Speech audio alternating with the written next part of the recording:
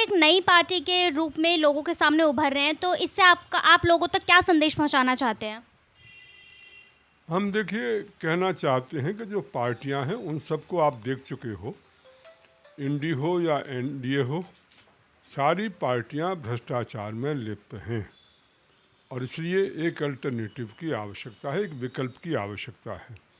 राष्ट्रवादी party के माध्यम से हम एक लोगों को विकल्प दे रहे हैं और विकल्प के साथ साथ चुनावों में उनको वोट देने के लिए परेशान न होना पड़े, नोटा पर वोट न देना पड़े, इसलिए हम आगे बढ़ रहे हैं। देश में बहुत सारी दिग्गज पार्टियां हैं, बहुत सारे दिग्गज नेता हैं, तो आपको क्या लगता है कि आप उन सब से ऊपर हैं या लोग आप पर विश्वास कर पाएंगे आसानी से? हाँ, बिल्कुल करना चाहिए जी। और जो हमारा पुराना ट्रैक रिकॉर्ड है उसके आधार पर जो हमने काम अभी तक किया है और अभी भी जो हम कर रहे हैं, चाहे वो सर्विस के दौरान हमने काम किया हो, सर्विस के बाद काम किया हो, हम निरंतर समाज के जो मुद्दे हैं उनको हम उठाते रहे हैं, उनके लिए संघर्ष करते रहे हैं, उनके लिए काम करते रहे हैं। इसलिए जनता को विश्वास करना चाहिए, क्योंकि हमारा शुरू से लेकर आखिर तक एक तरह का ट्रैक रिकॉर्ड रहा है। मतलब अभी हम देख सकते हैं ये जो अभी इलेक्शन आने वाला है, इससे आपकी क्या आकांक्षा है? जी, मेरी आकांक्षा तो ये है कि चुनाव में हम जीतें और विजय की कामना के साथ, विजय के संकल्प के साथ हम आगे बढ़ रहे हैं और पूरा पुरुषार्थ कर रहे हैं। जो रिजल्ट होगा वो स्वीकार्य होगा, परंतु हाँ, विजय के लक्ष्य को लेकर के हम आगे बढ़ रहे हैं। आप गाज़ियाबाद क्षेत्र के प्रत्याशी हैं, तो इसके डेवलपमेंट के लिए आप क्या क्या करेंगे या आप किस तरीके से इसको डेवलप करने में मदद करेंगे?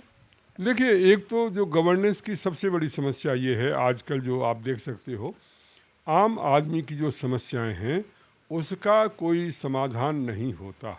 इतना उलझा दिया जाता है, सिस्टम इतना, प्रोसेस इतने डिफ़िकल्ट हैं कि किसी समस्या का समाधान नहीं हो पाता।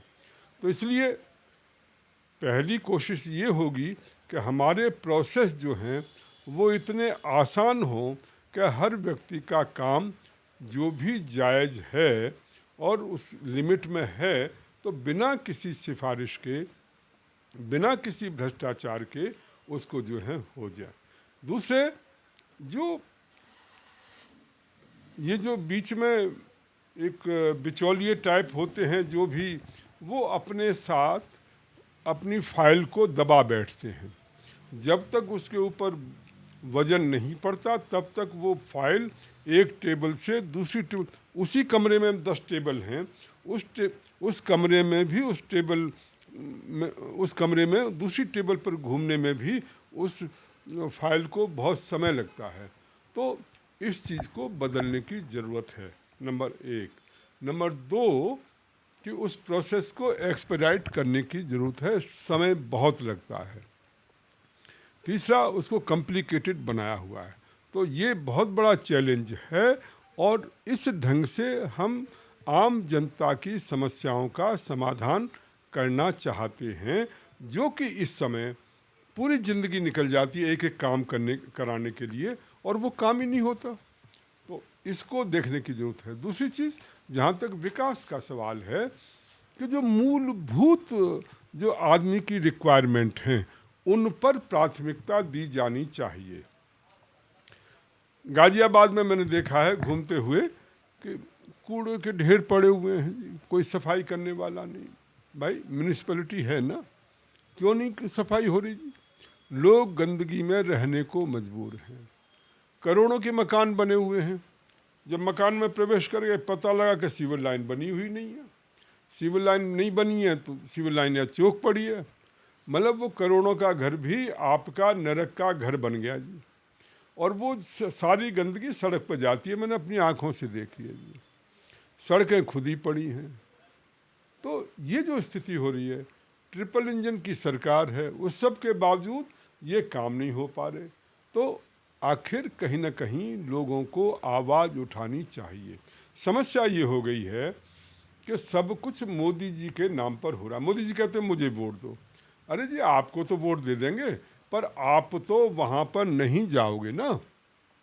वहाँ पर जो एमएलए चुना जाता है, एमपी चुना जाता है, उसकी जिम्मेदारी होती है कि वो, अब जो वर्तमान एमएलए हैं वही एमपी का चुनाव लड़ रहे हैं। अब एमएलए रहते हुए भी तो इन्होंने कोई काम नहीं किया, एमपी रहते हुए क्या काम करेंगे। तो इस ढंग से, और दूसरी चीज़ आप देखिए कि इसमें एक मुद्दा जो एक पब्लिक के व्यक्ति ने मेरी ध्यान में लाया, बोले साहब अब ये एमएलए थे, इनको आपने एमपी का टिकट दे दिया, इसका मतलब दोबारा फिर चुनाव होगा एमएलए के लिए, उसमें फिर खर्चा होगा। ये आखिर कहाँ से आ रहा है? ये जनता की जेब पर बिना मतलब का बोझ है। ठीक है जी। तो इस तरीके से जो मन में आता है वो कर रहे हैं, और जिसका दुष्परिणाम जनता को भुगतना पड़ता है। आज हमने देखा कि आप लोगों के बीच खुद जाकर उनसे बातचीत कर रहे हैं, उनसे मिल रहे हैं, तो इससे लोगों के बीच में आप क्या संदेश पहुंचा रहे हैं? देखिए जी, हम जनता के साथ डायरेक्ट कम्युनिकेशन कर रहे हैं, और उसका फ़ायदा ये मिलता है कि जनता की जो समस्याएं हैं उनका तुरंत पता लग जाता है। किसी की कोई समस्या होती है, किसी की कोई समस्या होती है, हर आदमी किसी न किसी समस्या से ग्रस्त है, और उसके माध्यम से आम जनता की जो समस्याएं हैं वो हमारे सामने आ जाती हैं, और उसके माध्यम से हम उन समस्याओं के समाधान के लिए कार्य योजना बना सकते हैं। भविष्य में कैसा काम करना है वो हम विचार कर सकते हैं, और उस ढंग से कार्य योजना बनाकर काम कर सकते हैं। तो हमें मुद्दों का पता लग जाता है आम जनता से जुड़ने से, और काम क्या हमें काम करना है, क्या हमारे मुद्दे होंगे, वो हमें पता लग जाता है। इस बार एक नई पार्टी आपके सामने उभर कर आ रही है, इस पर आपका क्या कहना है? हाँ, मैं ये देख रहा हूँ राष्ट्र निर्माण पार्टी के नाम से एक बहुत ही अच्छी पार्टी उभर कर आ रही है, और मुझे तो बड़ा अच्छा हुआ। उसके जो अध्यक्ष हमारे जो है वो आईपीएस हैं और भूतपूर्व डीजीपी रह चुके हैं, जैसा मुझे पता लगा मध्य प्रदेश में।